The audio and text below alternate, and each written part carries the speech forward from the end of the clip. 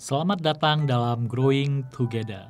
Mari sebagai murid yang memuridkan, kita bersama-sama belajar dan bertumbuh dalam kebenaran firman Tuhan. Let's grow together.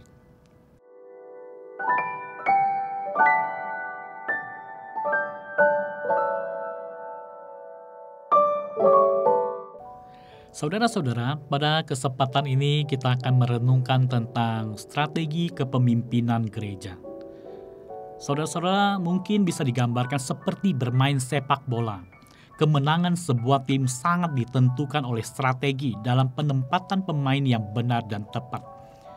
Dengan demikian akan tercipta satu harmonisasi antara pemain sehingga memberikan peluang lebih besar untuk mencetak gol. Hal ini dibandingkan tim yang tidak mempunyai strategi, yang menempatkan pemain asal-asalan mungkin akan sulit bagi mereka untuk bermain dengan harmonisasi yang baik dan sulit untuk bagi mereka mencetak gol. Saudara-saudara, ilustrasi sepak bola ini mungkin bisa menjadi gambaran bagi kepemimpinan gereja.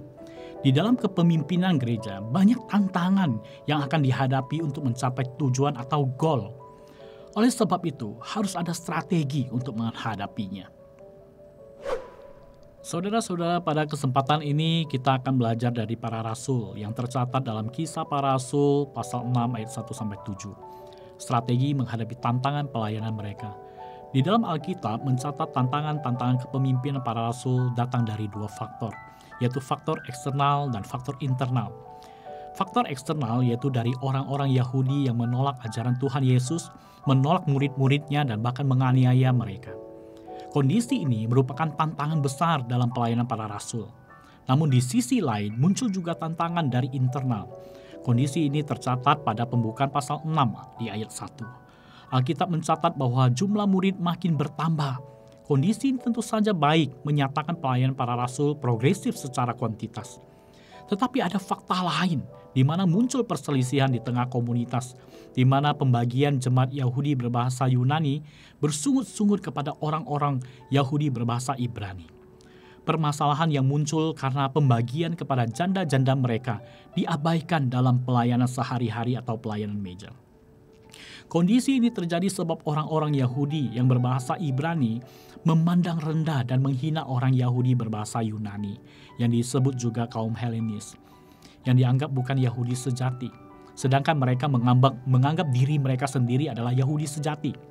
Kondisi ini berbahaya dan berpotensi memecah belah komunitas jemaat mula-mula yang bersatu. Menanggapi kondisi ini, strategi yang diambil oleh para rasul sebagai pemimpin jemaat mula-mula, yaitu membentuk tim support. Langkah-langkah yang dilakukan rasul tertulis di ayat 2 sampai ayat 4. Para rasul mengadakan rapat dengan murid-murid untuk membicarakan kondisi pelayanan meja yang menghadapi tantangan.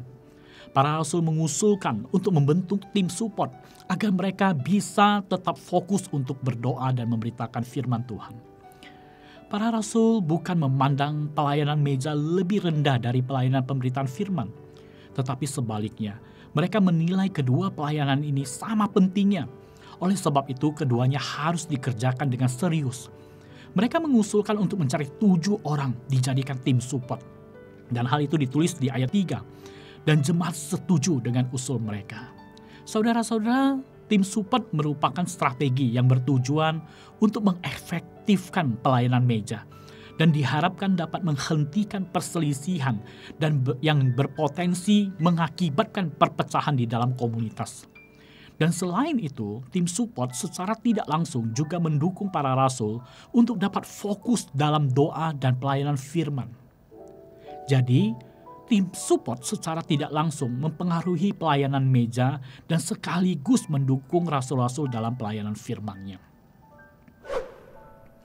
Saudara-saudara, dari pemaparan tadi menyatakan bahwa tim support merupakan strategi strategis yang penting dan relevan untuk diterapkan di dalam kepemimpinan gereja dalam menghadapi tantangan yang begitu kompleks di dalam pelayanan. Saudara-saudara, seorang pemimpin gereja tidak mungkin dapat menghadapi tantangan seorang diri dan tidak akan sanggup mengerjakan pelayanan gereja seorang diri. Jika dipaksakan, maka hasilnya pun tidak akan maksimal atau bisa dikatakan seadanya saja. Oleh sebab itu, setiap pemimpin gereja harus punya tim support untuk menghasilkan pelayanan yang lebih kuat dan berkualitas. Jadi, sebagai pemimpin gereja, mari evaluasi kepemimpinan kita selama ini. Apakah kita sering disebut sebagai single fighter atau kadang disebut one man show?